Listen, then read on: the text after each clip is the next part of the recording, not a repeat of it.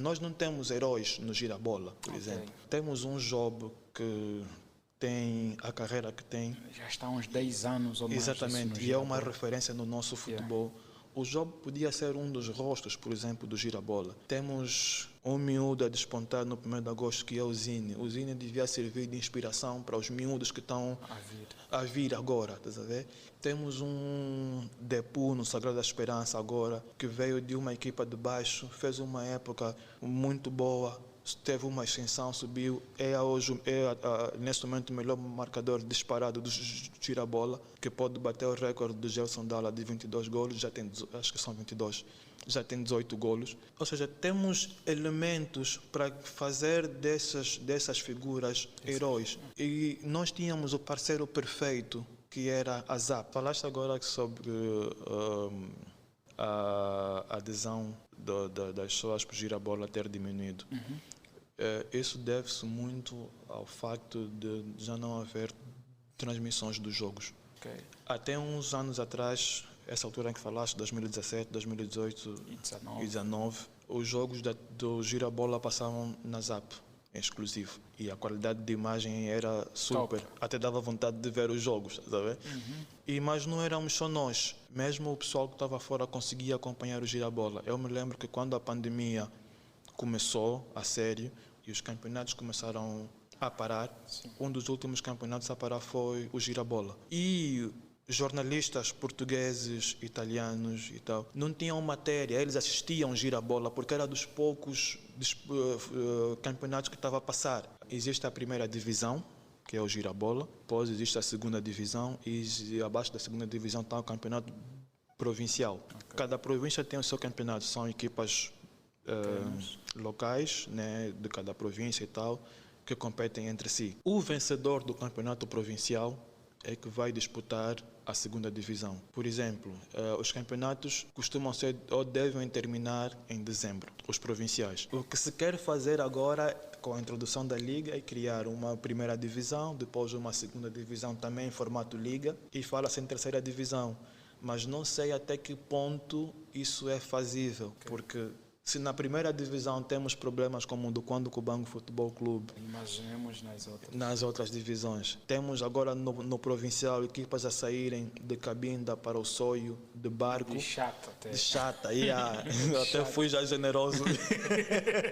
De chata, porque não conseguem deslocação aérea, por exemplo. Imaginemos equipas como essas e ganham o provincial e apuram-se para a segundona, e da segundona para o Girabola, então estão a levar os problemas. Não, o problema é que esta equipa já está a disputar a segundona. A deslocação que eles fizeram foi para disputar a segundona, exatamente.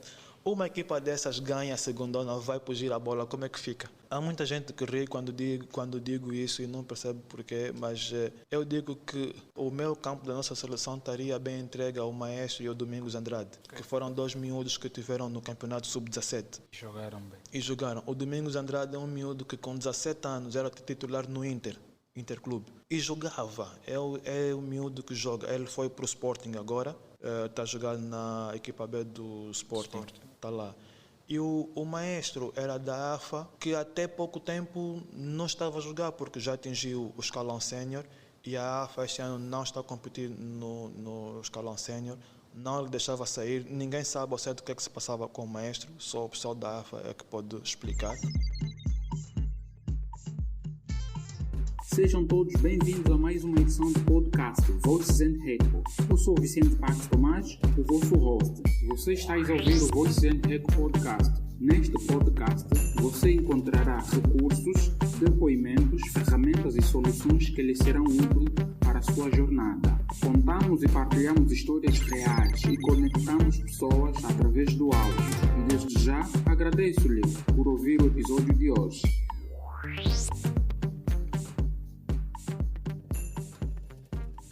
Olá a todos, sejam bem-vindos a mais uma edição do podcast.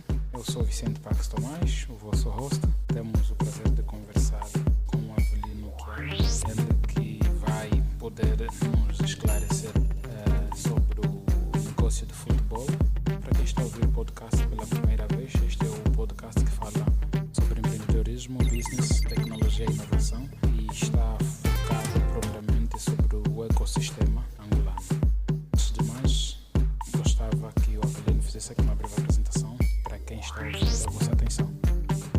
todos. Bom dia, boa tarde, boa noite, dependendo da hora e do local em que estiver a nos ouvir. Eu sou o Avelino Kiala. É um bocadinho complicado falar sobre mim ou o que é que eu faço. Bom, eu sou amante do desporto e procuro sempre estar ligado a tudo que está relacionado ao desporto. Eu sou diretor desportivo de um clube de futebol, a Matilha Futebol Clube. Sou um dos responsáveis pela Prodesporto e também estou ligado a Bravos, que é uma comunidade, era um clube de corrida, agora é uma comunidade, além de outros desportos que pratico para tentar manter a saúde e a boa forma. Ok, eu acho que antes de tocarmos para o negócio de futebol, eu gostava que o Avelino falasses um pouco do Matilha Futebol e olhássemos mais um pouco também para o Prodesporto. Para quem está a ouvir o nosso podcast, acho que há um certo interesse por parte das pessoas em saberem mais um pouco sobre isso. Ok, se calhar vou começar pela Prodesporto. A Prodesporto é um site de desporto. No princípio falávamos sobre o desporto em geral, mas depois decidimos nos focar maioritariamente no desporto feito em Angola, feito por angolanos lá fora. Isso porque nós sentimos que existe muito pouca divulgação do desporto feito cá. Então, para que dar mais tempo de antena, se assim posso dizer, a matérias ou a notícias que as pessoas podem ler nos sites internacionais, quando podemos falar sobre o que acontece aqui e que pouca gente tem acesso ou pouca gente sabe. Então decidimos dar esta atenção especial ao desporto feito em Angola. Desporto nacional. Uhum. E normalmente as pessoas tendem a ligar, quando se fala de desporto, olham exclusivamente ao futebol, né? O desporto é futebol ou basquete aqui. Então, mas não, nós tentamos falar sobre tudo, falamos sobre rally, falamos sobre golfe, handball, ténis, pronto, um bocadinho de tudo. O que nós temos feito, temos também um podcast, na verdade. Temos 2 podcasts, um é o Prodesporto, o podcast da Prodesporto, que podem encontrar no SoundCloud, Apple Music, Spotify e tudo mais, onde nós tentamos falar sobre diversos temas relacionados ao desporto. E temos um segundo que é focado especificamente para a Fórmula 1. Fórmula 1 porque não é um desporto, digamos, tipicamente acompanhado por angolanos. Sim. Mas os angolanos, ou os poucos angolanos, assim posso dizer, que acompanham a Fórmula 1, não têm uma fonte, digamos, angolana, ou seja, não têm opiniões de angolanos. A maior parte das vezes são de brasileiros ou dos sites ingleses ou americanos, ou portugueses até. Português não digo muito porque o português faz mais notícia e não forma opinião, se assim posso dizer. Uhum. Mas existem pessoas cá que percebem muito do assunto. Okay.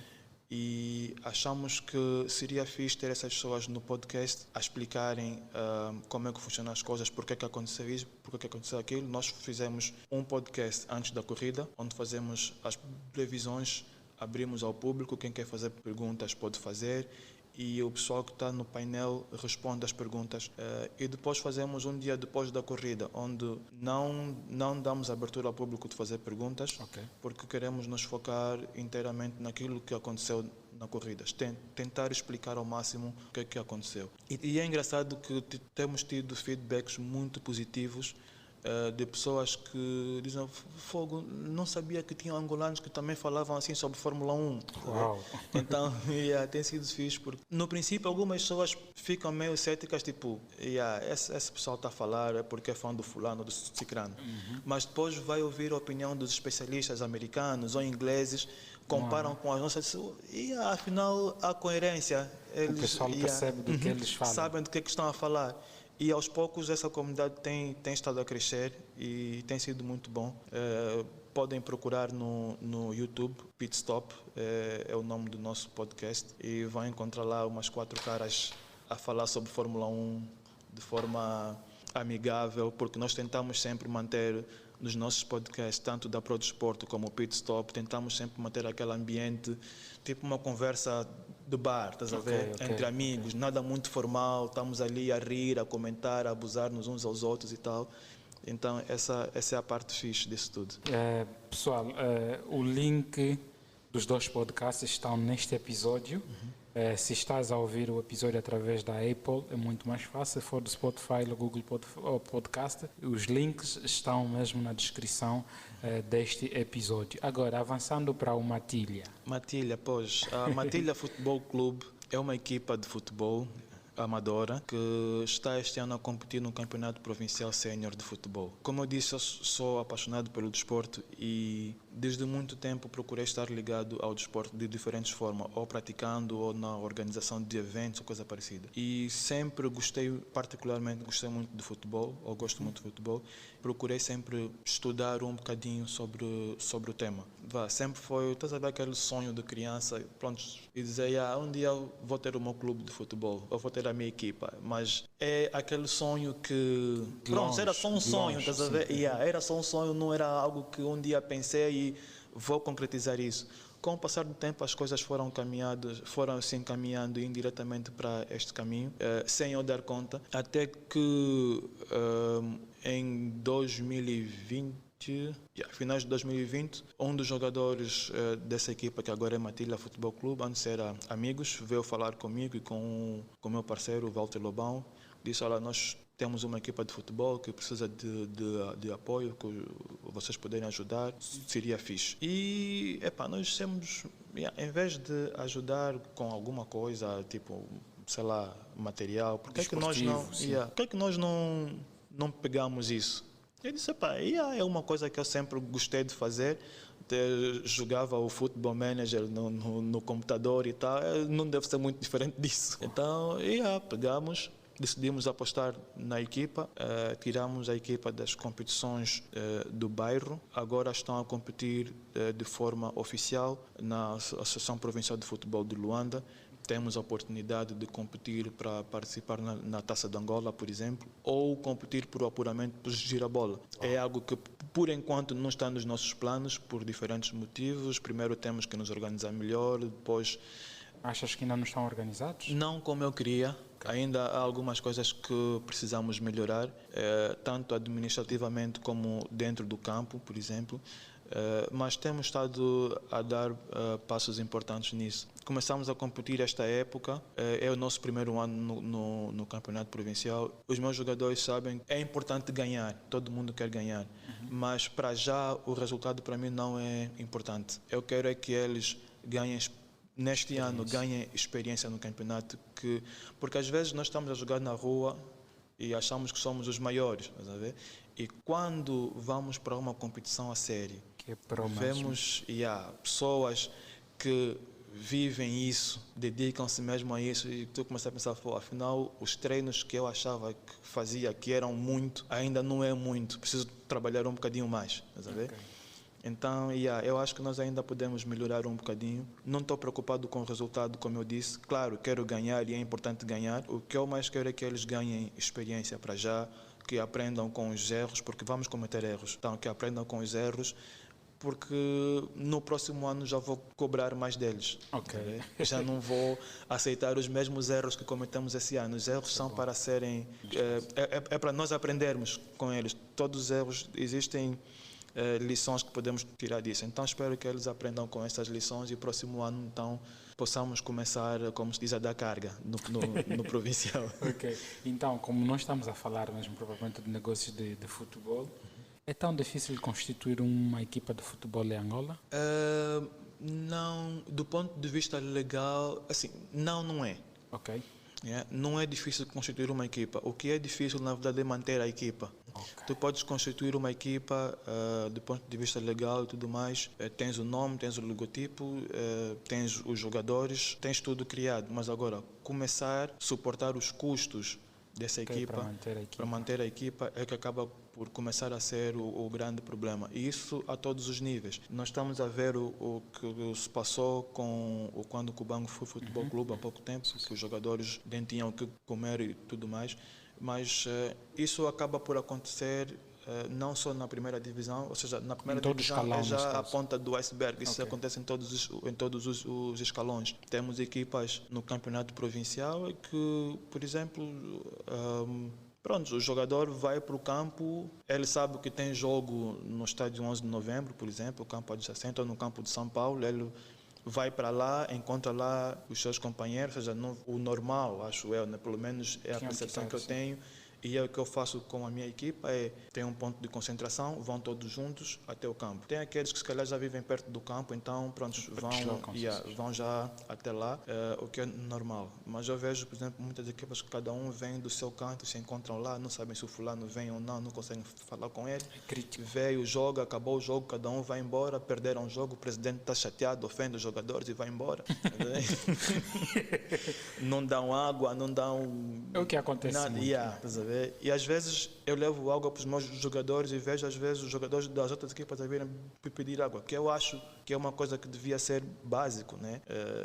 Mas pronto, é meio complicado porque às vezes tenho que dizer, pá, eu não posso dar água a todo mundo porque os meus jogadores não beberam ainda, estás a ver? Não podemos estar a fazer tudo por caridade. Exatamente. Também. Então, esse problema, manter uma equipa de futebol é que acaba por ser o grande problema. Tu vês no campeonato provincial, a maior parte das equipas, para não falar todas, são suportadas pelos donos dos clubes, dos clubes. Eles tiram dinheiro do bolso, alguns das empresas que têm e tal, para financiar o clube.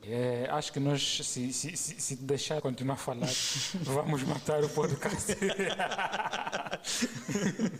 Então, porque aqui já estás a trazer questões que propriamente eu quero que respondas, né? Em como manter custo, se é mesmo rentável ter uma equipa de futebol e competir nos nossos campeonatos, tudo isso. Então, vamos chegar lá. Responder essas questões, né? Vamos olhar propriamente como é que funciona o mercado, primeiramente cá local. Vamos olhar no escalão maior, que é o girabol, que é o top, e depois olhamos nessas escalas inferiores, na classe mais baixa, como é que funciona o mercado de transferências, como é que ele funciona, porque nós normalmente acompanhamos muito mais o mercado de transferência no campeonato europeu. Será que o mesmo modelo que se aplica internacionalmente e também aplica-se cá no mercado local? Sim e não. Okay. Sim, porque as regras acabam por ser as mesmas. São regras internacionais definidas pela FIFA, então o que acontece lá fora acontece aqui também. Não porque as somas avultadas não se verificam aqui. O que é que acontece? Eu diria que praticamente não existem transferências aqui, localmente. Okay. Existem compras? Não, também não. Isso porque a maior parte dos jogadores, para não dizer todos, saem a custo zero. Isso, ou seja, nós vemos lá fora, por exemplo, sei lá, Cristiano Ronaldo saiu da Juventus para o Manchester United por, não me lembro, 100 milhões de dólares. Mas aqui tu tens deixa eu dar um exemplo. Benny, por exemplo, o guarda-redes que está no Petro agora, que veio do Recreativo da Kaala. Por acaso não posso confirmar agora se foi o caso, mas é o mais usual. Por norma, os nossos jogadores assinam contratos de até 2 anos. Esse é normal. Não mais do que isso. Okay. 2 anos e vão renovando se interessar. Se não interessar, dispensam e vais embora. O contrato acabou, estás livre. Se eu estiver a jogar bem numa época, neste caso. Numa época, num recreativo do Libolo, por exemplo, e o Petro estiver interessado em mim, é o Petro, eu quero ir para o Petro. Então vou rescindir o contrato. Não vou rescindir. O Petro tem paciência, ele vai esperar. Quando é que termina o meu contrato? É de 1 ano, termina no final desse ano. Está fixe, no final desse ano vamos conversar. O meu contrato acaba, eu não renovo e vou para o Petro custo zero. Ok. Isso é o mais usual aqui. Não é muito do género, tens um contrato de 4 anos, já cumpriste 2 e depois vais para lá e diz, não, quero comprar o Avelino. X, quanto é que custa? Não, X, Y, negociação, está aqui o dinheiro e ele vai, não. O pessoal espera, é paciente pelo menos. Quando o contrato acabar, eles abordam o jogador. E neste caso, então nós cá em Angola, não sei se é assim que eu devo colocar essa pergunta, a presença de um agente desportivo não se faz sentido. Agora começa a se fazer sentir mais. Começa a se fazer sentir mais porque ultimamente têm saído jogadores para o exterior. Ok. Ou seja, sempre saíram. Sim. Né? Mas ultimamente tem sido muito mais frequente. Temos o caso, por exemplo, do Zito Luvumbo, que saiu há cerca de 2 anos. E se não estou em erro, o Cagliari pagou cerca de $1 milhão. Ok. Né? Por ele. Esse foi um dos casos em que pagaram mesmo. Quando são transferências para o exterior, por norma, paga-se. Existem alguns casos, alguns dizem que não, na verdade não sei ao certo porque são informações que não circulam ou que não são divulgadas. Por exemplo, nós sabemos o valor do Zito porque foi anunciado pela imprensa italiana. Então, não local. Não local. Ok. Temos, por exemplo, o caso do Nelson da Luz, que saiu do 1º de agosto para o Vitória Sport Clube, antigo Vitória de Guimarães, em que não se sabe Qual era o valor? os valores envolvidos. Há quem diz que saiu a custo zero porque o contrato dele estava no fim. Não se sabe ao certo quanto é que... Isso dá-se aos casos do Gerson Dallas e outros que a gente até hoje não sabe. O Gelson Dalla e o Ari Papel... o Gelson Dallas... ele tinha um acordo entre o 1º de agosto e o Sporting, em que ele havia sido cedido ao Sporting, mas no final de 2 anos acho que houve compra, sim, okay. Acho que houve compra, não tenho a certeza. Mas sim, a maior parte dos jogadores costumam sair a custo zero. Eu acho que aqui é um ponto em que a Federação, que é de direito, né, eles é que são de direito, deviam olhar. Nós estamos a olhar numa perspectiva, vem-se falando ao longo desses tempos que devemos nos organizar como uma liga, mas não como um campeonato. E se temos essas gafes de aquisições de jogadores não existentes, mas esperam que haja ao fim da época, então estamos longe de atingirmos ou de se conceptualizar, né, o modelo de ligas. Não? Já estivemos mais longe. Tem-se trabalhado muito nisso ultimamente. E a ideia é que se implemente este modelo de liga o quanto antes. Eu sei que no final da época passada já se pensava em implementar para esta época corrente, mas havia algumas coisas que não estavam bem alinhadas, então preferiram não correr com isso e tentar organizar melhor. Há uma comissão de gestão, não sei se é esse o termo certo, mas há uma comissão que está a tentar organizar isso. Estiveram em Portugal para tentar colher experiência com a Liga Portuguesa, que tem trabalhado mesmo no sentido de tornar o Girabola numa liga de futebol. Nós aqui no Egito, em África do Sul, temos grandes exemplos. Temos. Mas... pronto, eu não sei se é a língua ou coisa parecida, nós gostamos muito de ir buscar exemplos de Portugal. No meu ver, a meu ver, não há mal nenhum nisso. O problema é que muitas das vezes, como diz o meu irmão mais velho, faz-se copy-paste e não se faz o edit. Então, o que está lá é o que nós implementamos, mas não adaptamos à nossa realidade. É que muito acontece em muitos casos cá no nosso país. Às vezes é muito mais fácil tu ir buscar um exemplo de uma África do Sul, por exemplo, que a realidade deles pode não ser a nossa, mas é muito mais parecida que a nossa. Eles têm alguns dos problemas que eles têm são os mesmos que os nossos, e problemas até que eles já deram solução. Eu não vou pedir, sei lá, opinião sobre, não sei, energia. Portugal, lá não falta energia, eles não sabem o que fazer quando acontecer isto, sabe? Então, como se vou à Zâmbia e eles conseguem dizer, olha, quando faltar energia, nós fazemos assim. Ou temos a gala da eleição do melhor jogador, da melhor equipa. Como é que funciona esse processo cá em Angola? Não existe critérios? Não existe um órgão oficial da Federação, por exemplo, ou do Ministério da Juventude e Desportos que faça isso. Por exemplo, essa gala que houve foi de um privado, a Media Claque, que decidiu fazer isso. Por acaso são pessoas que acompanham o futebol, então têm propriedades para nomear os concorrentes. O que é que acontece? Eu, como a Pro Desporto, Se quiser, posso organizar a minha gala. Ok. Eu posso organizar a minha gala, criar os prémios. Se eu, E os critérios de avaliação e os também? critérios de avaliação e tal. Se for uma coisa em que os critérios são coerentes, por exemplo, as pessoas vão se rever nisso. Vão se rever, mas por que não? Porque não há mesmo, estás a ver? Não há, se eu quero premiar o melhor jogador do Girabola, mas ninguém faz isso. Então, se eu organizar uma gala e convidar os jogadores nomeados para estarem lá, eles vão se sentir bem porque alguém pensou em nós, alguém quer recompensar, nem que for um troféuzito.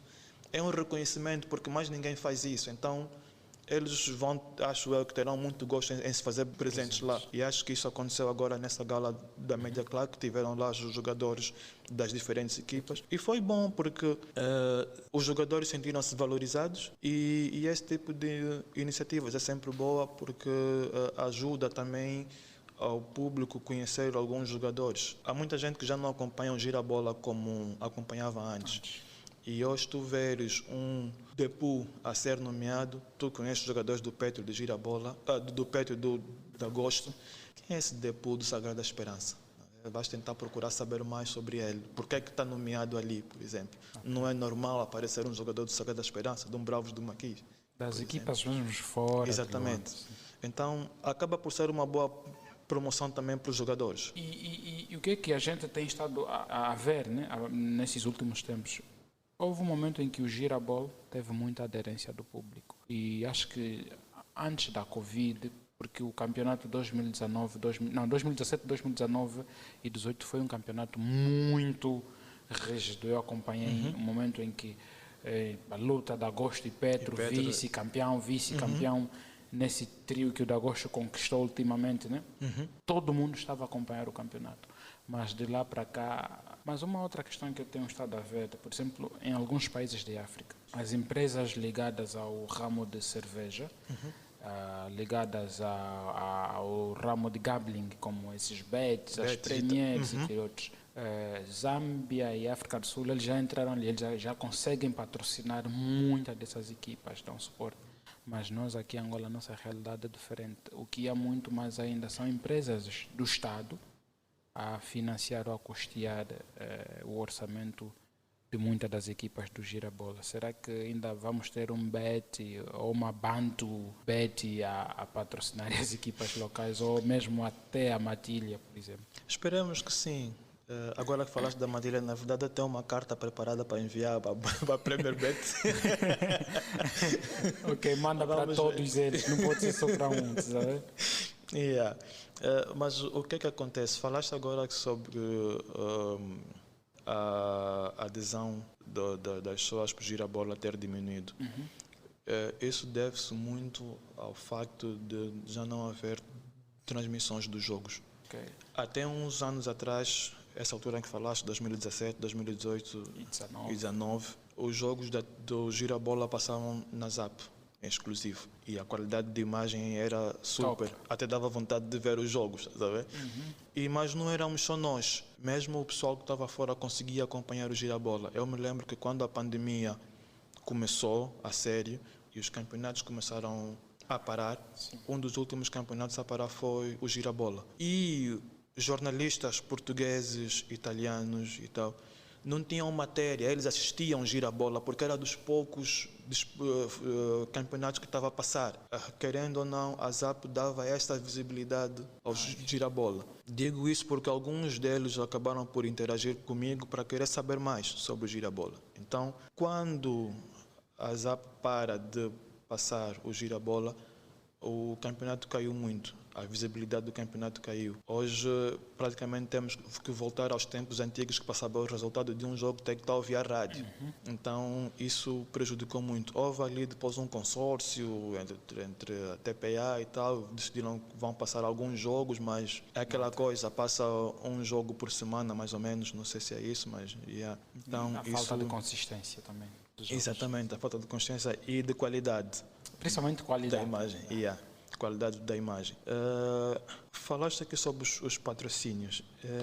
Como é que eu posso dizer isso? Existem muitas formas com que os clubes podem fazer dinheiro. Okay.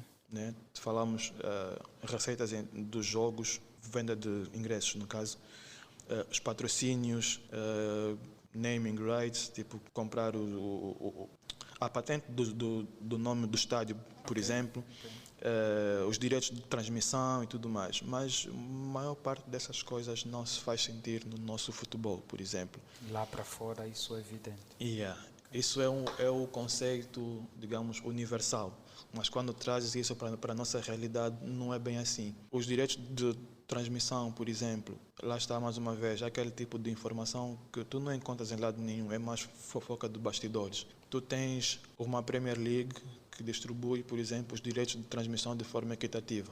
Se vão dar, por exemplo, sei lá, $100 mil, eles vão dividir esses $100 mil pelas 18 equipas.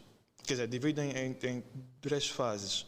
Uma 25% dividem pelas equipas todas de forma igual, outros 25% dividem pela posição que cada uma terminou no campeonato. Né? O primeiro recebe X, segundo Y, terceiro Z. E depois o restante eles dividem pela audiência. As equipas que têm mais audiência recebem mais. Próprios para isso também, mas no final do dia, tu não encontras uma diferença muito grande entre o que recebe mais e o que recebe menos. Por isso é que os clubes ingleses têm, mesmo os mais pequenos, têm um poder financeiro bom. Mas isso para dizer o quê? No nosso futebol, por exemplo, não acontece muito isso. Diz-se, não sei se é isso que realmente acontece, que, por exemplo, os clubes grandes não aceitam receber o mesmo que os clubes pequenos. Mas isso não acontece só aqui. Na Espanha já mudou agora. A Espanha mudou um bocadinho agora, mas era um processo parecido. Barcelona e Real Madrid eram sempre eles a levarem o maior bolo. Até era mais. Barcelona e Real Madrid levavam quase 60% dos direitos de transmissão. Depois vinha o Atlético de Madrid, depois vinha o resto. Sim. De há um tempo para cá, acho que equilibrou um bocadinho. Também porque houve algumas compras, alguns direitos que eles acederam para algumas empresas que eu acabei por perceber. Exato. Então, aqui os direitos de transmissão, por exemplo, continuam ainda a dar maior poder às grandes equipas. Mas, pronto, isso faz com que os mais fortes continuem mais fortes e os menos fortes continuem menos fortes. Quanto aos patrocínios, é aquilo que já disseste, ainda as equipas são suportadas por empresas estatais, se assim posso dizer. O Petro é suportado pela Sonangol, o 1º de Agosto pelas FAIs, o Inter pela Polícia Nacional, Sagrada Esperança pela Indiama. Então ainda temos essas cenas. E tens equipas que não têm ninguém. Não depende absolutamente de ninguém. De ninguém. Vão para o Girabola com fé de que até na 5ª jornada vão conseguir algum patrocínio. E depois da 5ª jornada tem situações em que, pronto, perdem o primeiro jogo, falta de comparência, depois, como aconteceu com o Banco agora, por exemplo, e o governo mais uma vez teve que pôr a mão. Temos estado a apreciar isso de fora, né? Somos o 12º jogador. Mas eu acho que o nosso campeonato, em muitas das vezes, não tem condições de ser um campeonato. Temos que ser honestos para conosco mesmos. Os empresários locais, às vezes, têm que ser honestos antes de embarcarem nesta aventura, porque aqui no país passa a ser uma aventura, depois de descreveres essas questões todas que as equipas têm de enfrentar, esperarem por uma mão de ajuda e que, infelizmente, não acontece e eles acabam ficando sem recursos e muitos até acabam se endividando.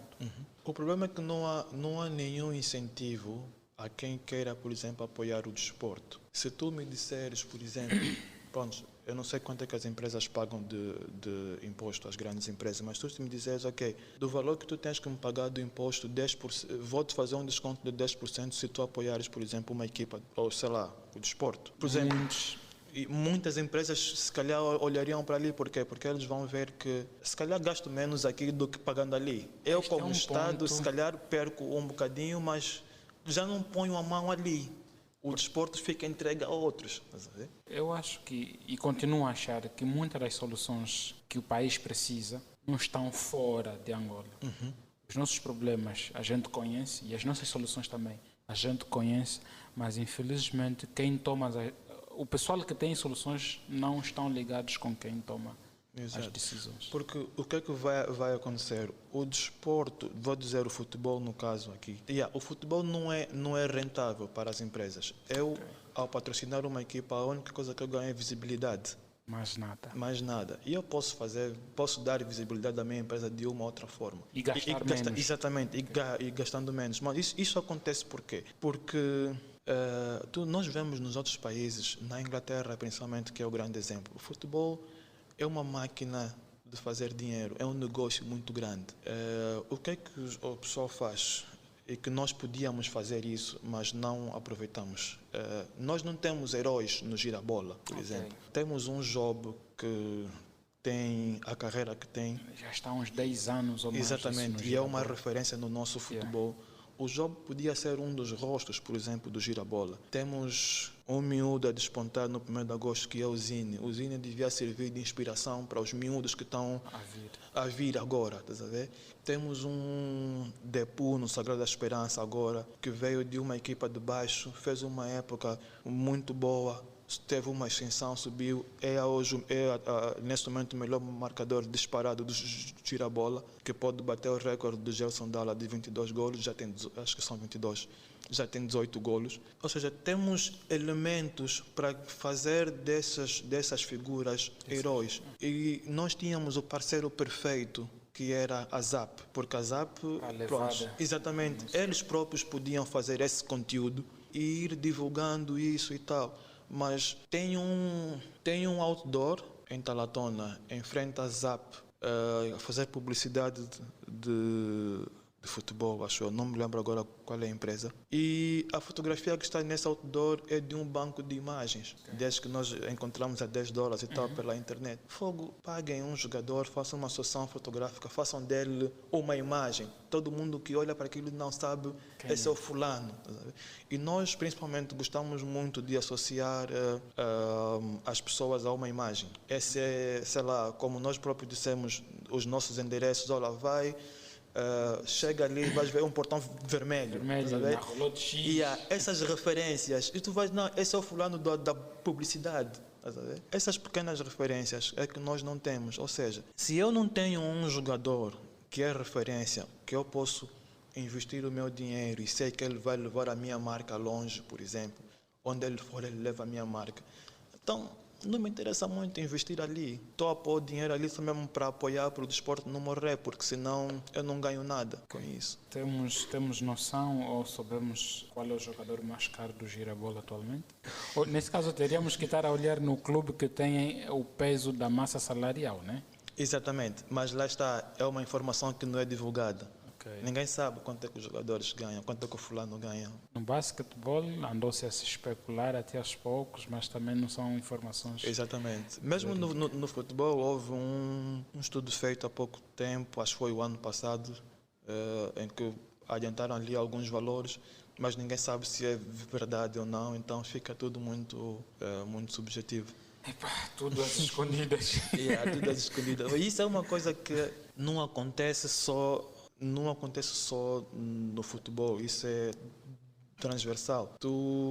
Na música, por exemplo, as pessoas vão à Praça da Independência e dizem, não, fulano vendeu 20 mil discos. Esse é o número que ele te deu. Ninguém confirma isso. Sim. Se calhar ele só levou 1000 discos e vendeu, tá sabendo? Mas ninguém divulga isso, ninguém controla, ninguém sabe. A mesma coisa acontece no futebol, ninguém sabe quanto é que ou seja, ninguém tem a noção reporta isso, ninguém tem noção de quanto é que é, ninguém divulga. Mas acho que podia ser como uma exigência da FAF que os clubes publicassem a tabela salarial. E isso acho que causaria uma certa desconfiança, né, no seu público, mas também seria útil e bom que a gente tivesse noção de que o melhor jogador na equipa YX, olha, o salário base dele é este. Para além das regalias que eles não venham a divulgar, mas a gente sabia que o teto limite do salário pago na equipa X, o maior, estamos a olhar em 1 milhão, 2 milhões, 3 milhões. e o resto ficava na cabeça das pessoas, e nós também isso não acontece. Há quem diz que é mais, até chega nos 6, 7 milhões. Há quem diz, não sei se é verdade ou não. Em alguns clubes chegam até ali, mas pronto, é como tudo. Eu não sei se isso tem alguma coisa a ver com a nossa realidade, porque é muito bonito dizer isso ou ler isso de um campeonato português, inglês, espanhol e tal, ou lá fora. Mas aqui, não sei como é que é nos outros países africanos, mas aqui temos muito aquela de fugir às famílias também, sabe? Olha, o fulano afinal ganha 6 milhões de kwanza. Estamos no fim do mês, ele não tem como ele dizer que não tem o dinheiro, vou lá pedir uns trocados. Yeah. E nós quem trabalha alimenta tantas bocas. Yeah. Olha, faz todo sentido, faz mesmo todo sentido. Estamos a olhar muito mais do futebol e a espiar ali devagar bem. Que tal nós olharmos o negócio no handball e no basquetebol, que noutra altura fomos os papões, fomos os sim senhores, né? Uhum. E hoje estamos os não senhores. e eu acho que onde nós estamos mais seguros atualmente em termos de desporto é no handball e no basquetebol. Estamos a olhar em termos das seleções, das suas participações nos mundiais e noutros fóruns onde eles participam. Então, dê também uma chega a este lado. Olhamos pelo handball e basquete. O handball, sim. O basquetebol, nem por isso. O basquetebol, na verdade, tem estado a decair. Há já de uns anos para cá que temos tido algumas prestações, digamos, meio sofríveis. Ou é por estarmos a trazer muito mais técnicos estrangeiros e não apostar na prata de casa? Pode ter a ver com isso também. Tens a questão da organização ou da falta de organização. Que isso é uma questão já antiga, mas que ultimamente tem sido cada vez mais frequente, e depois tens casos de que quem denuncia isso é afastado. Okay. Às vezes podemos dizer, não, mas tem jogadores lá que não falam nada. Pensa um bocadinho do lado dele. Ele quer ganhar o campeonato ou pelo menos ir à final para poder receber o bônus, porque é com isso que ele alimenta lá em casa. Família, estás a ver? Okay. Como dizem, não vou querer molhar o meu pão no gasóleo. Então, você ouve só e vê, não concordas, mas alguns não podem falar porque senão perdem essa oportunidade de ganhar alguma coisa. Mas tem sido muito... Temos estado muito em baixo, no basquetebol principalmente. Acho que nós precisamos... Durante muito tempo nos acomodamos de que éramos os melhores e não investíamos depois. Não investimos. Os outros perceberam que precisavam fazer mais e fizeram, e estão a colher agora os frutos. E vão continuar a colher, porque se olharmos para as camadas de formação, as mais em baixo, continuam a subir, continuam a vir. Há uma seleção, não é a Nigéria, acho que é o Senegal, que foi à final do Campeonato do Mundo Sub-16, perdeu a final com os Estados Unidos. E houve um jogador que o melhor jogador deles terminou o Campeonato do Mundo, fizeram-lhe um convite para ir para uma universidade dos Estados Unidos, está lá a jogar. Então, os outros estão a crescer. É só nós vermos a Nigéria, que a Nigéria bateu a Argentina, bateu a Rússia, ainda perdeu com os Estados Unidos, se eu não estiver errado. Isso foi o ano passado, novembro e dezembro. Sim. Vimos a exibição que eles tiveram, então... A Nigéria foi buscar aquela armada americana que eles têm. A Nigéria, acho que dos países da África que mais tem imigrantes nos Estados Unidos é a Nigéria, né? O handball, por acaso, continua a nos dar resultados a nível de África, como sempre nos deu, mas a nível mundial, houve uma altura em que nós fizemos um campeonato muito bom e ficámos, acho que em 7º ou 6º. E já não conseguimos repetir esse feito. Mas houve uma coisa que me chamou a atenção no último campeonato do mundo, que eu por acaso acompanhei porque tinha que assistir para poder escrever para a ProDesporto. Okay. Um fato muito curioso, todos os jogos que a Angola fez, a seleção angolana fez, na primeira parte, a primeira parte de todos os jogos foi muito equilibrada. Em alguns jogos, a Angola foi para o intervalo a vencer. Por 1 ou 2 pontos. Quando foi a perder, não foi a perder também por mais de 2 pontos. O jogo estava sempre equilibrado. Onde é que estava o problema? Na segunda parte. Nós perdíamos sempre os nossos jogos na segunda parte. Os nossos treinos não precaviam essas questões todas? Não, É eu desgaste? não sei se não diria que são os treinos ou o desgaste. Nós temos jogadoras muito boas. Temos, por exemplo, a Isabel Guialo, que na altura estava a jogar em França, numa equipa muito boa também. E como eram muitas que estavam a jogar pela Europa. Ok. Faltou-nos alguma coisa que eu não sei explicar muito bem o que é. Tenho uma teoria, mas não sei se está certo ou não, que é, olhas para a equipa técnica das seleções todas que foram ao Mundial. Angola tinha 4, 5, 6 pessoas sentadas no banco de suplentes.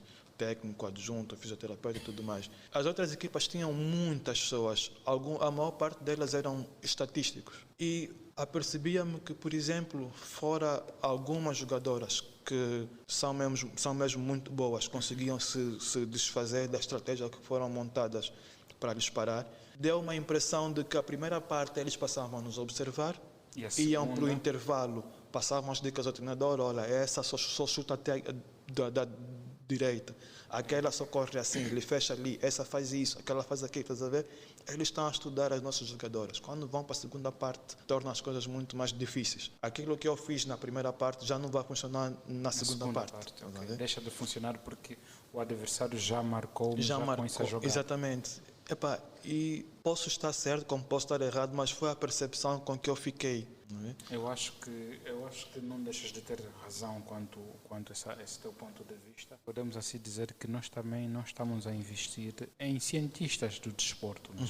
O que nós devíamos ter pessoas que analisem um jogo do início até ao fim, uma partida de futebol, e depois fazer análises precisas. E a título de exemplo, o Brasil, quando no Mundial de 2010 trouxeram analista a analisar o desempenho da própria seleção deles.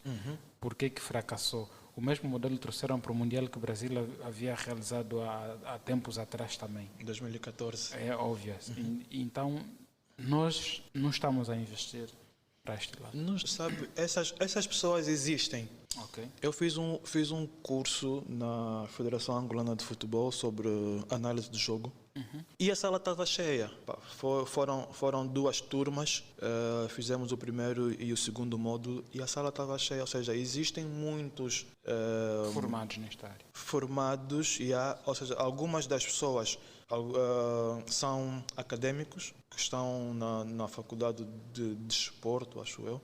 Acho que E outras são pessoas que já estão em clubes e foram lá fazer refrescagem e tudo mais. Mas essas pessoas existem. O que eu acho é que não são lhes dados o devido valor, né? Não são tidos nem achados. Alguns clubes têm para dizer que têm, mas não sei se realmente usam essas pessoas. Desempenham as suas funções. Okay. É meio caricato. Mas... E depois tens outra questão, que às vezes vais competir, vou dizer, por exemplo, no caso do futebol, tens um campeonato africano, vais levar 23 jogadores que tens direito, vais levar treinador, adjunto, massagista, enfermeiro, fisioterapeuta, não sei quanto, já são 30 pessoas, vais levar... O presidente e a comitiva... O presidente vai querer ir, não sei mais quanto vai querer ir, no fundo, depois tens 40, mais 50 pessoas, tens que cortar lugares, por exemplo, só podes levar 45.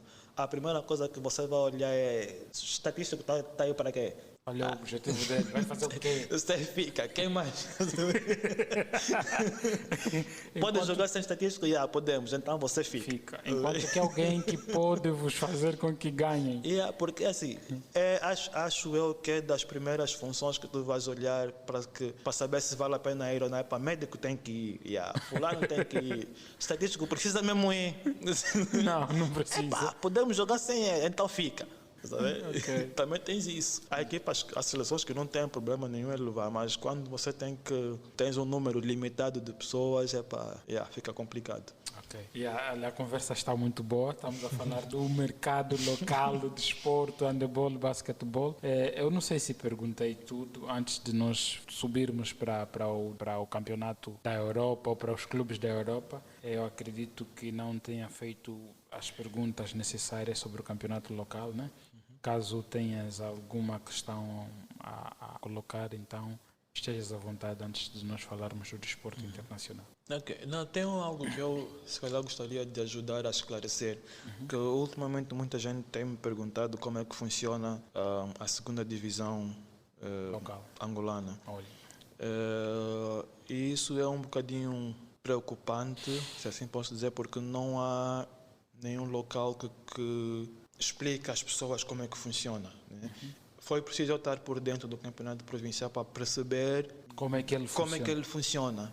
Então, através do provincial é que tiveste noção como é que funciona a segunda onda. Pois, porque agora estando por dentro, por exemplo, a Matilha pode E para a segunda competir por o acesso à segunda onda, caso vença o provincial, é claro. Ok. O que é que acontece? Existe a primeira divisão, que é o Girabola, depois existe a segunda divisão e abaixo da segunda divisão está o campeonato provincial. Ok. Cada província tem o seu campeonato, são equipas locais, né, de cada província e tal, que competem entre si. O vencedor do campeonato provincial é que vai disputar a segunda divisão. Por exemplo, os campeonatos costumam ser ou devem terminar em dezembro, os provinciais. Mas Luanda, por exemplo, este ano está com 18 equipas. Se nós tivéssemos que terminar em dezembro, iríamos fazer uma volta só e depois teríamos que esperar até setembro do próximo ano para começar outra vez a próxima época. Ok. O que é que as equipas acordaram? Vamos cumprir até dezembro. A equipa que estiver à frente Mais do pontos, campeonato, nesse vamos considerar essa como nosso representante na segunda onda. E vamos continuar com o campeonato até maio. Foi esse o acordo que as equipas chegaram. Cá em Luanda, neste Cá em caso, Luanda, não sim. se sabe nas restantes províncias. Exatamente. Cá em Luanda, porque no fundo a maior parte das equipas que estão no campeonato provincial quer competir só. Quer competir, quer colocar os seus jogadores na montra para que clubes do Girabola venham à busca deles. Ok. Neste momento começou a segunda volta do campeonato provincial e houve 4 jogadores que chamaram a atenção do clubes do Girabola. Teve o Lito, que é um avançado do Petro de Luanda, foi fazer experiência no Libolo. Teve o Moisés, avançado do Renascer, foi a experiência no Sagrada Esperança. E o Souza, avançado do Gelson, foi a experiência no Williette de Benguela. O quarto avançado é o Felipe, do Muniz, que devia ter ido para um clube, acho que é o Quando Cubango Futebol Clube, mas ele não aceitou. Foi antes dessa confusão toda e afinal fez bem não ir. E ele está na Matilha agora. Ele preferiu ficar aqui em Luanda, continuar a desenvolver para ver se no final da época vai para um clube do Girabola. Todos eles são avançados, os 4 estão na lista dos melhores marcadores. Nós não dividimos o país em zonas quando se trata da segunda e provincial. Sim. Está dividido neste Está caso. dividido por zona. Ou seja, já chega lá. O que é que acontece? Antes de lá ir, a maior parte das equipas do provincial são equipas formadoras. São escolas. São escolas. Querem pôr os jogadores na montra, como disse, para irem para equipas do Girabola. Se uma equipa do Girabola estiver interessada, aí entram num acordo com essas equipas. Para cedência. A maior parte das vezes os clubes cedem material desportivo, alguns acho que dão algum valor financeiro, pagam alguma coisa realmente para ele ir. O que é que acontece? Por exemplo, como aconteceu com o Zito Luvumbo, antes de ir para o 1º de agosto, ele jogava no Gelson Futebol Clube. Não estava na AFA, não? Não. Quem estava na AFA era o Capita. Ok. O Zito veio do Gelson, deu nas vistas, quando miúdo ainda, nos escalões, acho que foi infantis ou juvenis, não me lembro, e foi para a escola do 1º de agosto. Do 1º de agosto vai para o Cagliari. Quando o Zito sai para o Cagliari paga o 1º de agosto, mas o Gelson também tem direito a uma percentagem pela formação do jogador. Ok.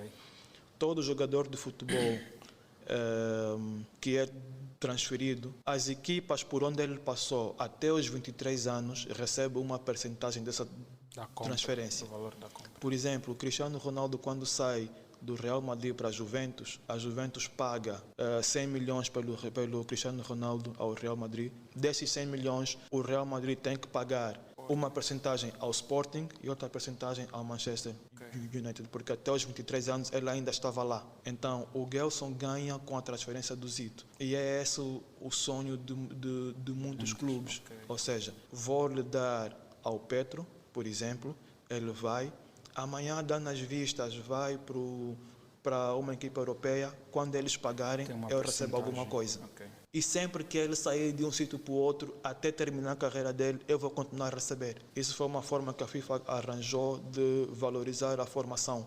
Então, voltando à segundona, o vencedor do campeonato provincial de Luanda apura-se para a segundona. O de Cabinda, também, do Uige, de Benguela, do Ambo, do Isla e tudo mais. Quando chegam na segundona, são divididos por zonas. Tens o grupo A e o grupo B. Nem todas as províncias mandam candidato, uma equipa. Por exemplo, neste momento está a competir o Gelson e a maior parte, não vou dizer todos agora porque não me lembro, mas a maior parte das equipas que está no grupo do Gelson são do norte. Então, o Gelson vai competir com essas 7 equipas, mais 7 equipas, por um lugar no Girabola. No grupo B também estão a competir. O vencedor do grupo A com o vencedor do grupo B depois jogam a final para encontrar o vencedor da segundona. Mas os dois já têm acesso garantido ao Girabola. Normalmente sobem 3 equipas, não é? 3 equipas, sim. A terceira equipa, eu não me lembro se é a equipa que tiver mais pontos. Não me lembro agora, por acaso esqueci-me. Mas somente 3 equipas, sim. Okay. Então é mais ou menos assim que funciona a segundona. No final das contas, a segundona vai do quê? De janeiro até maio, que é a altura em que termina o Girabola. Ou antes disso, acho eu. Mas, de janeiro até maio, mais ou menos. Quando termina o Girabola, a segundona também termina. O que se quer fazer agora, com a introdução da Liga, é criar uma primeira divisão, depois uma segunda divisão também em formato Liga, e fala-se em terceira divisão. Mas não sei até que ponto isso é fazível, porque se na primeira divisão temos problemas como o do Quando Cubango Futebol Clube, imaginemos nas outras divisões. Temos agora no provincial equipas a saírem de Cabinda para o Soio, de barco. De chata até. De chata, yeah. Até fui já generoso. De chata, porque não conseguem deslocação aérea, por exemplo. Imaginemos equipas como essas e ganham o provincial e apuram-se para a segundona, e da segundona para o Girabola, então estão a levar os problemas. Não, o problema é que esta equipa já está a disputar a segundona. A deslocação que eles fizeram foi para disputar a segundona, exatamente. Uma equipa dessas ganha a segundona, vai para o Girabola, como é que fica? É mais um caso em que vamos ter analistas que vão falar em vez de olharem que os problemas estão na base. Mas eu acho que as soluções do nosso desporto estão nas nossas mãos. Então, é só pararmos e pensarmos um bocadinho. E termos calma. Porque uma das cenas que eu tenho estado a encarar, ou venho encarando, eu estou já nesse mundo de empreendedorismo e as pessoas são muito imediatas. O nosso grande problema, eu acho que é querermos as coisas já, hoje. Nós não estamos preparados para trilhar um longo caminho e a falhar e aprender às vezes. E isso também deve-se ao mau desempenho do nosso basquetebol. Sim, não há planeamento. Não existe essas coisas todas. E o imediatismo, sobretudo, veio estragar. Eu acho que nós temos que ser coerentes e ter alguma paciência. Por exemplo, fala-se muito, todo angolano que corre, está em corridas de carros, monolugares pela Europa, todo mundo, esse um dia vai para a Fórmula 1, esse vai para a Fórmula 1. Então, mas que esse aquele já tem, 22, 23 anos, já não falar do Andrade. Diga? Pensado nele, mas olha, é um bom exemplo. O Rui Andrade tem tido um bom desempenho nas competições em que ele está inserido. Só que, como é que eu posso dizer? A Fórmula 1 tem muitos... é um desporto onde há muitos lobbies. Por exemplo, a competição que está abaixo da Fórmula 1 é a Fórmula 2. E nem sempre o campeão da Fórmula 1 tem lugar na Fórmula 2, o que seria ser um processo normal. Mas, por exemplo, vamos dizer que na Fórmula 1 tem 4 vagas apenas de pilotos que saíram ou que já não contam com eles e tal. Chega um empresário russo com muito dinheiro, quer pôr o filho dele lá, e o filho dele até corre, né? Mas não é dos melhores. Por exemplo, nós os dois estivemos a correr na Fórmula 2 o ano passado. tu foste o campeão, eu saí em 10º, mas o meu pai tem dinheiro. Ele paga o lugar na Fórmula 1, eu vou, tu ficas. Mas o campeão foste tu, estás a ver? Mas isso por quê? Porque aquela equipa também precisa deste dinheiro. Estás a ver? Para dar continuidade a outros projetos. Exatamente. Então a Fórmula 1 tem muito disso. E quando tu começas a olhar para, por exemplo, o Rui Andrade, que ainda tem que passar, não sei se é só o processo normal, mas o ideal seria passar para corridas tipo Fórmula 2 e aí sim almejar a Fórmula 1. Fica um bocado complicado dizer, não, este vai para a Fórmula 1, porque o processo para chegar lá ainda pode levar uns 2 ou 3 anos. Daqui 2 ou 3 anos já tens 25, 26 anos. Não estou a dizer que com 25, 26 anos não consiga lá chegar, mas é muito pouco provável que isso aconteça. Então, o ideal seria fazer um plano da base. Aposta no miúdo que está no karting, por exemplo. O karting é a base da Fórmula 1. Todo piloto de Fórmula 1 começou ali, todo. E até hoje, se tu reparares, os pilotos de Fórmula 1, quando termina a época, uma das primeiras coisas que fazem quando vão de férias é no karting. Sabe? E o karting chega a te dar uma sensação muito mais parecida à Fórmula 1 do que qualquer outra fórmula. Então, por que não se faz um plano? Pega-se na base, apostas nos miúdos de 7 ou 8 anos. Até tem um miúdo agora que está a competir na Europa.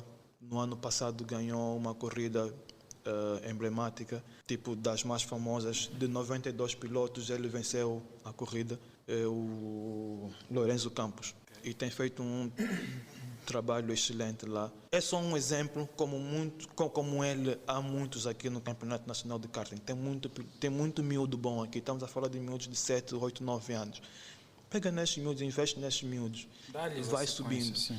Tu vais ver que com 16, 17 anos, eles vão estar em posição de lutar. Nesses sim, tu vais dizer, não, esses podem ir para a Fórmula 1. Eu acho que nós tivemos a melhor equipa, a melhor seleção angolana de 2010 a 2006, por mim. De 2006 a 2010 nós tivemos a melhor seleção de futebol em Angola, porque eu via que naquela seleção havia muitos jogadores que atuavam no campeonato local, no Girabol, e ainda tinham aqueles que atuavam, claro, fora, que a gente nem conhecia, mas podiam vir, mas em que na altura acho que era o treinador Oliveira Gonçalves. Nós tivemos a melhor equipa. E com a equipa que a gente teve na altura, nós devíamos ter, naquela mesma altura, planear uma melhor base para o nosso país. Na altura era miúdo, Job, Love, Cali, entre outros, que também podiam ser uma geração a passarem mensagem. Olha, até vou dar um exemplo mais recente. A seleção sub-17 que foi ao Mundial. Olha.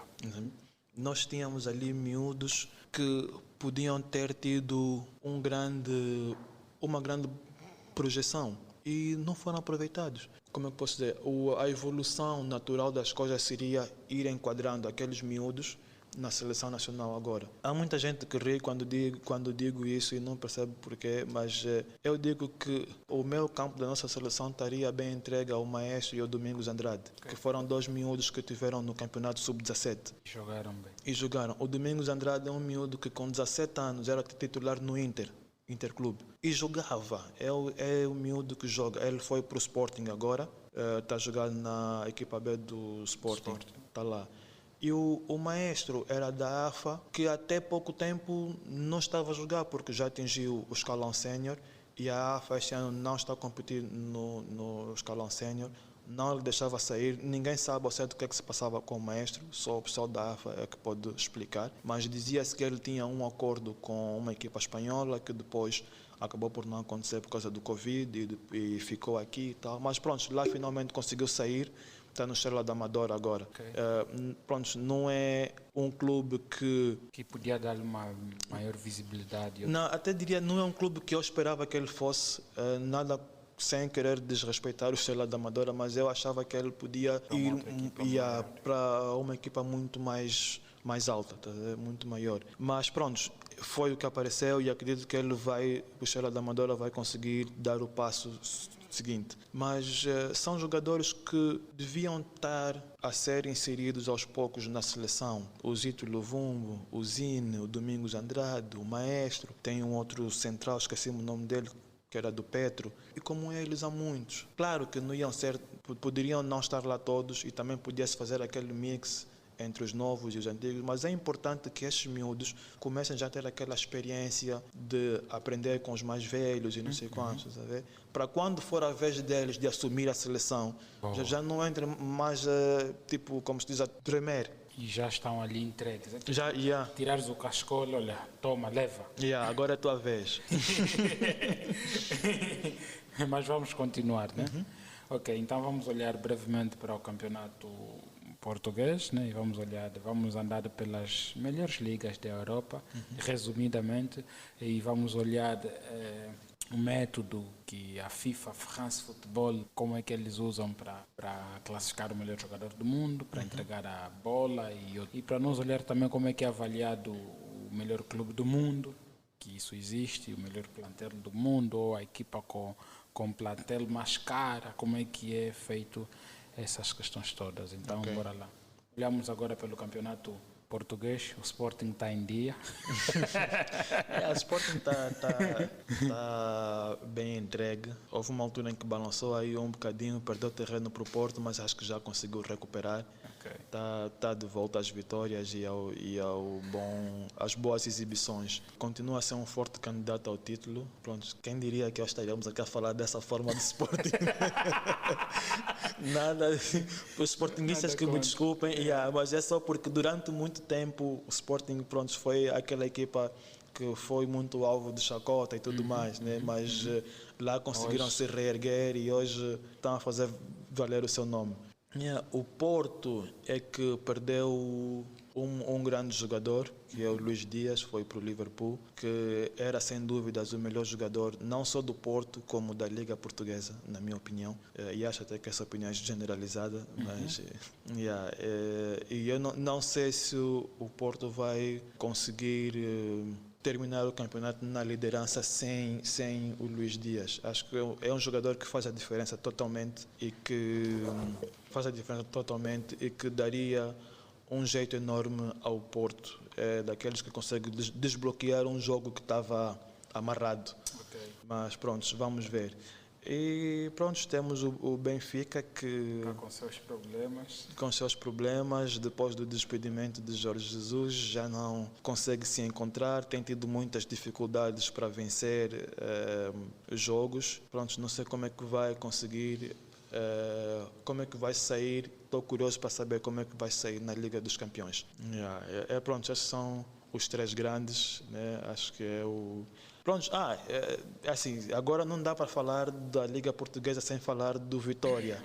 Vitória Sport Clube, que é onde está o Nelson da Luz, que está com 3 golos em 4 jogos. Tem sido...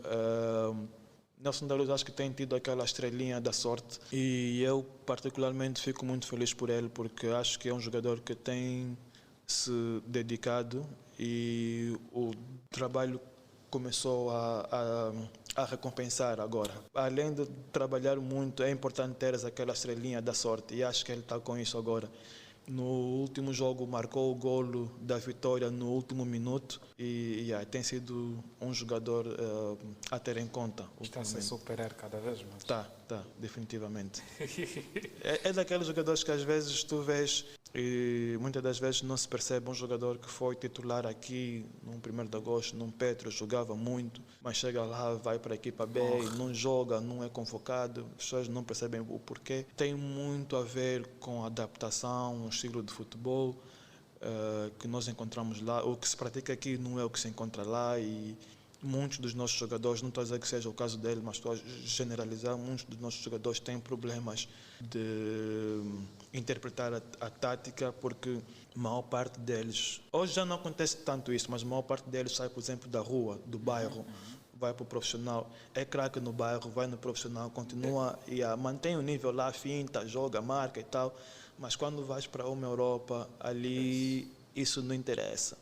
Tens treinadores que te tiram porque fintaste 2, criaste um perigo, sim, mas podias ter passado aqui e correr para receber lá frente. Por que é que não fizeste isso? Mas aqui é o individualismo. Se formos a ver os vídeos que estão a ser a sensação da internet, são vídeos de jogos de bairros angolanos. Estão espalhados no YouTube. É uma febre agora. Uma febre. Tem sido uma febre. Eu acho que já devíamos ter inventado um campeonato de pro desporto. E podia ser, acho que free ou free kick, uma coisa assim. Vamos chegar lá. Um pro desporto de bairro. Sambizanga e Kazenga estão cheios de equipas que fintam.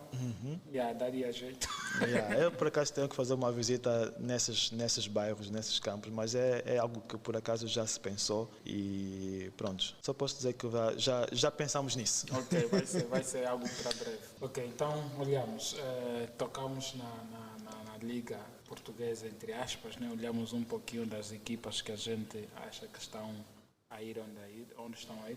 E eu também acho que o campeonato português é a entrada de muitos bons jogadores para outras ligas. Por exemplo, no Benfica saiu muito bom jogador que veio da América Latina e que hoje está em grandes equipas. O mesmo aconteceu com Porto, com as outras equipas. E eu acho que muitos dos jogadores que saem, ou os clubes portugueses, têm às vezes a necessidade de descobrirem jogadores na América Latina, põem no campeonato deles e as outras equipas já nem se dão trabalho. Mas isso mudou muito. Isso acontecia muito por causa das questões de imigração e tal que existia nos países, principalmente na Espanha e na Inglaterra. Na Espanha existe, não me lembro o termo agora, mas espero não estar errado, existem os extracomunitários. Cada equipa só pode ter até 3 jogadores extracomunitários, que são, por exemplo, os da América Latina. Por isso é que há muito brasileiro que tem a naturalidade espanhola ou cidadania espanhola.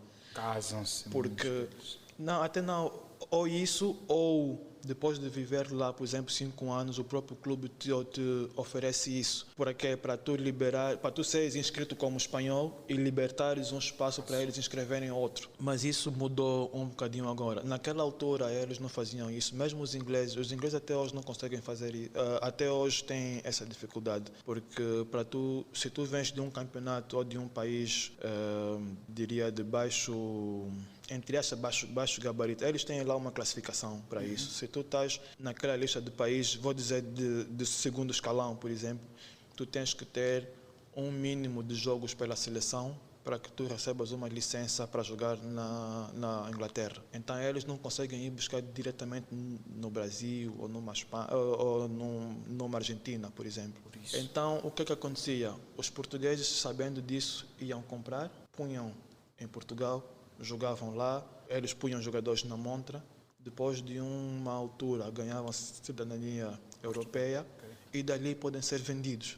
Era mais fácil ir para uma Inglaterra, para uma Espanha. Hoje o Real Madrid já vai buscar diretamente no Brasil, já não precisa esperar que Portugal faça isso. Vinícius Júnior veio de lá, Rodrigo veio de lá, tem esse miúdo de Palmeiras de 15 anos que deu um show na Copa. Como é que chama? Copinha do Brasil. É uma competição de sub-20, acho eu. Então o miúdo tem 15 anos, deu um show de bola e o Real Madrid já está interessado nele, já quer o miúdo. Então eles agora vão lá diretamente, já não precisam esperar que os portugueses façam isso. Então Portugal perdeu esse negócio. Mas eles também não ficaram parados. O que é que eles fizeram? Ok, já não conseguimos ir buscar barato para vender caro, então vamos apostar na formação. É isso que, por exemplo, o Sporting tem feito, o Benfica tem feito, o Porto também, mas acho que não tanto quanto os dois, tem feito muito isso. Se reparar, as últimas vendas que o Benfica fez foram de jogadores da formação. De casa, yeah. Chegou-se a falar, inclusive, que há uns 2 anos, mais ou menos, o Benfica perdia sempre na Liga dos Campeões. Por quê? Porque chegava na Liga dos Campeões e punha uma outra equipa, não aquela equipa que jogava na Liga normalmente. Punha os miúdos a jogarem. Para quê? Para pôr os miúdos na montra. Era um segredo. Isso é o que se dizia. Não sei se realmente condiz com a verdade ou não, mas tem parece ter um pingo de verdade nisso. Porque o Benfica é dos clubes que mais jogador vende também. E depois, pronto, estão aí associados ao Jorge Mendes, que facilita essas negociações e tal. É mais rápido sair. Tu vês um miúdo, Fábio Silva, acho eu, que está no Wolverhampton, é um miúdo que tem, se não estou em erro, tinha um jogo profissional pelo Porto, foi vendido tipo a 30 ou 40 milhões de euros. Esse miúdo não vale isso, mas é o negócio. Alguém conhece isso. Nós devíamos ter esse episódio, podemos até ter novamente esse episódio com mais pessoas, né? Trazemos aqui uma liga de pessoas que a gente consiga abordar este tópico em 2 horas ou mais horas. Então, nós agora vamos olhar o processo de avaliação, né, para aquelas equipas que normalmente por ano lançam uma lista. Olha, a equipa mais cara do mundo é esta.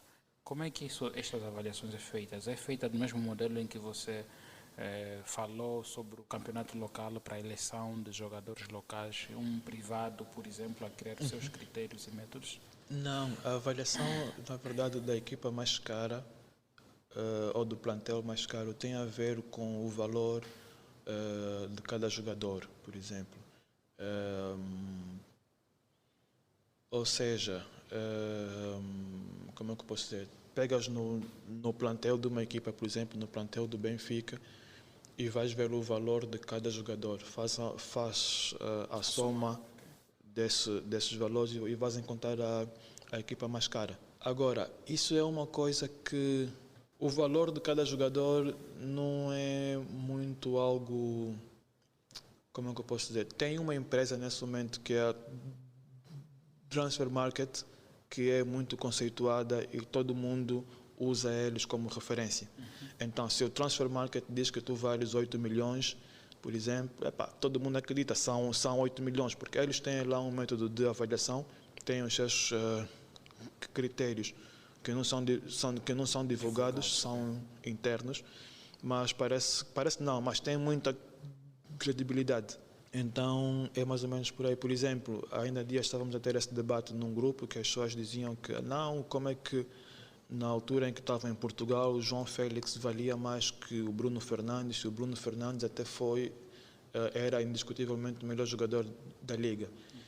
E eu disse, não, é assim, não é só o fato de ser o melhor jogador, existem muitas outras questões envolvidas. Por exemplo, o João Félix estava na Liga dos Campeões, o Bruno Fernandes não.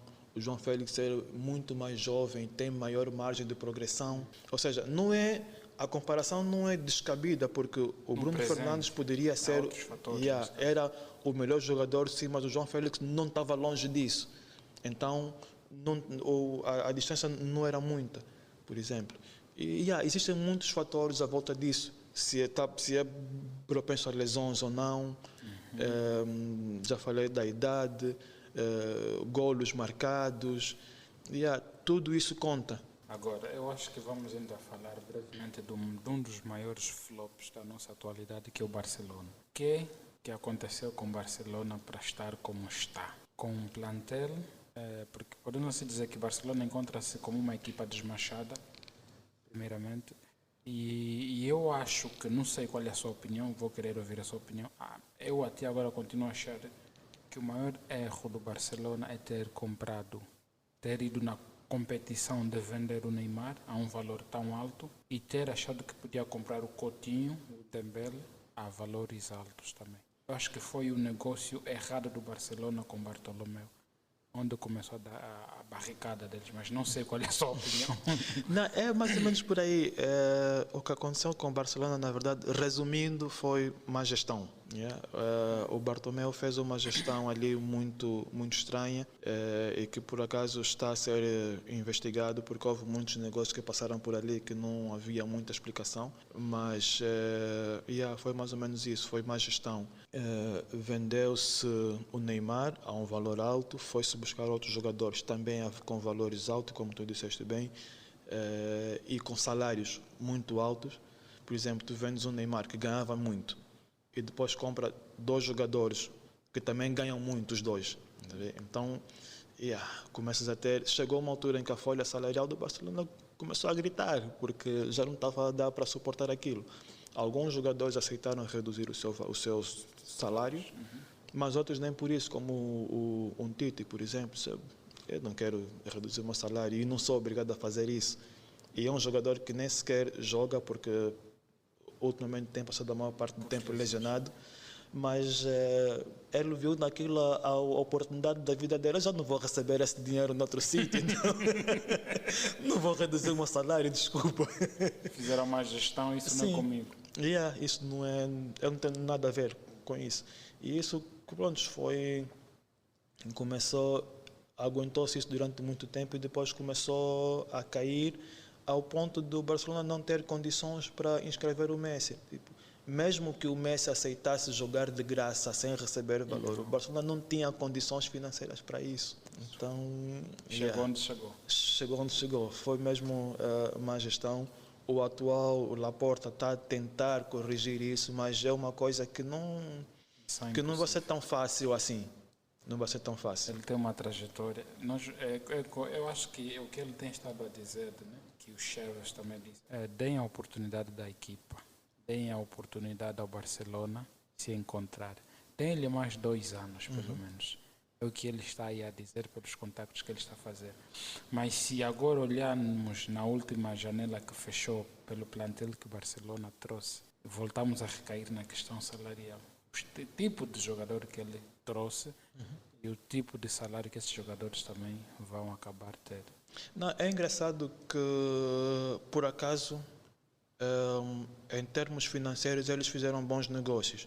Porque alguns deles vieram por empréstimo e que boa parte do salário será coberto pela outra equipa. Mas a maior parte dos que foram comprados mesmo é do tipo, eles avisaram desde o início que olha, isso é o que nós vamos te pagar, é menos do que tu ganhas atualmente, por exemplo. Mas alguns têm aquele sonho de jogar pelo Barcelona, então não, tenho a certeza que aceito, tenho a certeza que em 1, 2 anos as coisas vão melhorar e depois podemos negociar outra vez. Acho que foi mais ou menos isso que aconteceu. E tiveram aí uma vitória recentemente contra o Atlético. Lhes levantou a moral. Né? Levantou a moral, por acaso. Foi uma vitória que não deixou dúvidas. Estamos já nos últimos minutos do nosso podcast. Então, Avelino, deixa as tuas notas. Eu sei que tens muitas notas para deixar. Tenho. Então, esteja à vontade. Para quem está a ouvir o nosso podcast, no final do podcast, o Avelino vai deixar as redes sociais deles.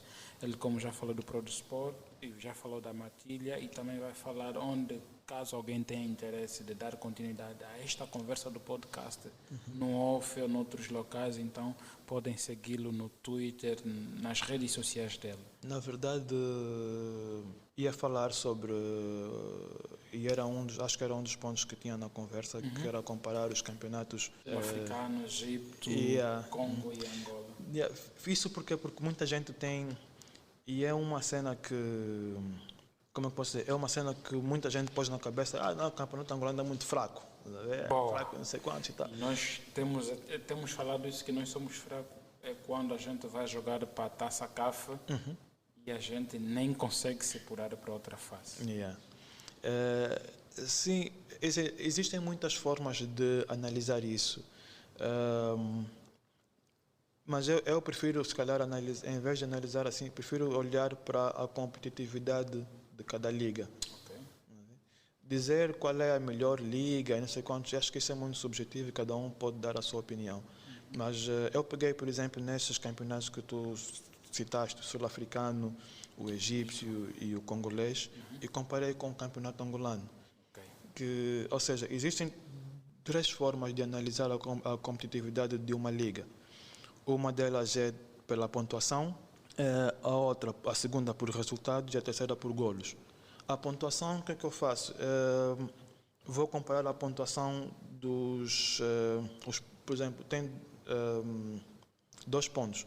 Ou comparo pelos pontos por jogo, ou comparo pela diferença entre os diferentes lugares. Ou seja, pontos por jogo, o que é que eu vou dizer? Por exemplo, no campeonato sul-africano, o campeão foi o Mamelodi Sundowns.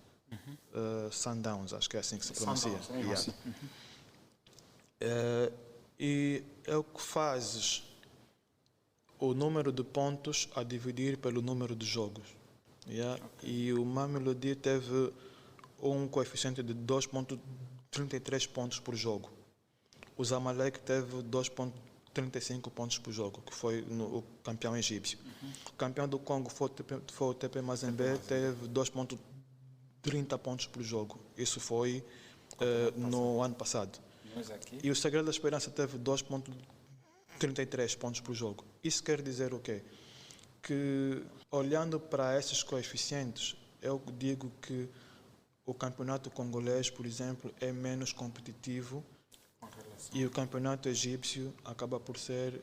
não, desculpa, é o contrário.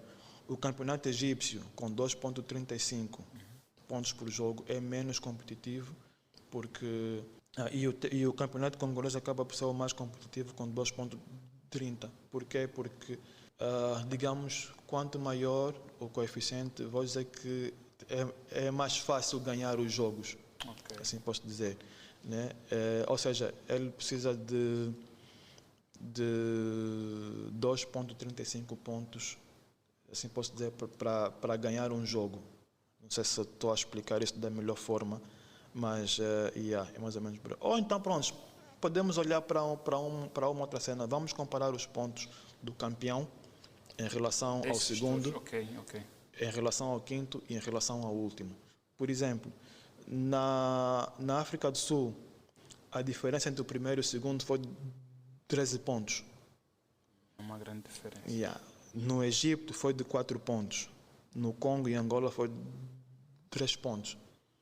Isso diz que, por exemplo, o campeonato sul-africano é mais fácil, porque o campeão já ganhou há muito tempo. Estás a ver? Depois olhas entre o primeiro e o quinto. O primeiro e o último, por exemplo, 49 pontos na África do Sul, 53 pontos no Egito, 41 pontos em Angola, 49 pontos no Congo. A diferença, o abismo que existe entre o primeiro e o último é maior no Egito. E, curiosamente, em Angola é menor. É o menor entre esses 4. Então, significa, com esse levantamento, desculpa cortar, já conseguimos denotar que o nosso campeonato é difícil. Sim, não é fácil. Acaba por ser o mais competitivo. Também podemos olhar, por exemplo, para os golos, a diferença de golos, por exemplo, a diferença positiva dos golos. Quantas equipas acabam com a diferença de golos positiva? Isso para dizer o quê? Que os clubes acabam por marcar mais do que sofrerem. Na África do Sul, 7 clubes acabaram com a diferença de golos positiva. No Egito, 6, no Congo, 6, Angola, 7 também. Então, nós estamos a olhar no mesmo patamar com a África do Sul. Que a África do Sul. Se olharmos... Existem muitas formas, na verdade, de analisar, de avaliar a competitividade de uma liga. Estas são só algumas que são mais fáceis de comparar, porque senão teríamos que olhar para as estatísticas e não sei quantos. Mas eu digo que Angola e África do Sul, com 7 golos, existem mais clubes a marcar do que a sofrer. Ou seja, não são só os clubes grandes que marcam. Aqui também estamos a marcar um bocadinho. Claro que tem sempre os que sofrem mais, né? Mas a diferença de golos ou seja, existem mais equipas com diferença de golos positiva do que negativa. Então, era só para dar um chega. No fundo, não estou a dizer que o campeonato do Girabola é melhor que o campeonato egípcio, por exemplo. Não é. Mas talvez é um bocadinho mais difícil que o campeonato egípcio. Porque o campeonato egípcio tens uma equipa que, por exemplo, como aconteceu com o Zamalek, a diferença pontual com o segundo era de 12, 13 pontos. Esse campeonato está resolvido há muito tempo. E é fácil. É por ali. Mas pronto, depois quando vamos para as competições europeias é que se vê. Isso aí, para as competições africanas, desculpa. É que se vê. Isso aí é um outro tema também. Eu acho que este episódio temos que encontrar uma outra maneira, um outro momento para nós... questões que a gente não abordou para este episódio, né? Vamos fazer aqui um apanhado, um rascunho para que a gente possa abordar novamente. E quem sabe também pode-se dar ao caso de que este episódio termine no Voice and Echo e pode-se dar a sequência dos próximos episódios com relação a esse assunto nos outros podcasts que existem. Eu por acaso esqueci-me de lhe avisar quando fez-me o convite. Que é curioso que os nossos podcasts na ProDesporto, por norma, têm a duração de 1 hora. Alguns ficam um bocadinho, 1h05, 1h10. Mas sempre que nós falamos sobre Girabola, por exemplo, são 2 horas, 2h30. É muito assunto. Ok, aqui o episódio mais longo do nosso podcast, acho que é de 2 horas, que foi com o Morato. Deve que ser mesmo 2 horas. Normalmente os nossos podcasts têm a duração de 1 hora, 45 minutos. Quando passa de 1 hora e 15 minutos, a gente faz a divisão para 2 episódios, sequência 1 e 2. Porque conseguimos verificar pelo status, né, do nosso podcast, que as pessoas ouvem todos os nossos podcasts. Mas quando começa a chegar no minuto 50, a aderência dos ouvintes cai. As pessoas ouvem-nos até 50 minutos. Muitas das pessoas ouvem-nos com frequência. Mas dos 50 para diante é mais aquele achego de que alguém vem e ouve-nos e não. E temos também que agradecer porque as pessoas em Angola já estão a ouvir podcast. Né? Sim, é verdade.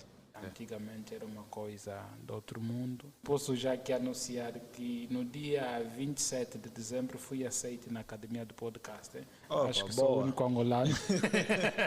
Bem fixe. Então, mano, muito obrigado mesmo por ter aceito o convite. E eu espero que este não seja o primeiro episódio que vamos gravar junto e que daqui nasçam novos episódios, né? E qualquer dúvida que eu venha a ter. E para quem está a ouvir o episódio, caso tenha alguma questão a adicionar, o nosso hashtag é Podcast Angola e também podem dar base ao Avelino, que é Avelino Kiala no Twitter. Eu acho que é a rede social que ele mais usa, que ele está muito mais presente. Se eu estiver errado, ajuda. É isso mesmo. Avelino Kiala no Twitter e no Instagram também é a mesma coisa. Mas lá não vai encontrar nada de jeito, então podem ir no Twitter. E não esquecem de seguir o ProDesporto também, né? Que é uma cena nossa, um angolé produzido por angolanos, então devem dar props para quem está a produzir conteúdos angolanos. Né? É ProDesporto mesmo no Twitter, então também é fácil de encontrar. Então, mano, muito obrigado. Nada. E para quem ouviu esse episódio, se é pela primeira vez a ouvir o podcast, nós lançamos os nossos episódios todas as quartas-feiras, mas agora estamos a fazer um jejum de 20 dias para lançar um episódio, porque antigamente nós lançávamos 2 episódios por semana, depois baixamos um episódio por semana, mas agora decidimos abrandar porque já temos um número grande de ouvintes. E o nosso podcast, tenho que agradecer as pessoas que ouvem, porque o nosso podcast é ouvido diariamente por mais de 200 pessoas e nós mensalmente conseguimos atingir 1.012 pessoas a nos ouvir. Então, por isso é que reduzimos também o número de episódios, porque o que acontecia anteriormente? Nós lançávamos tantos episódios que as pessoas nem conseguiam ouvir todos os episódios. As pessoas passavam apenas a ouvir os episódios que lhes interessavam às pessoas. Mas agora baixamos o número, né, de episódios e o número de ouvintes aumentou. Então, estamos interessante isso. Então, estamos aí. Mano, muito obrigado. Nada. E até a próxima. Tamo juntos. Tamo juntos.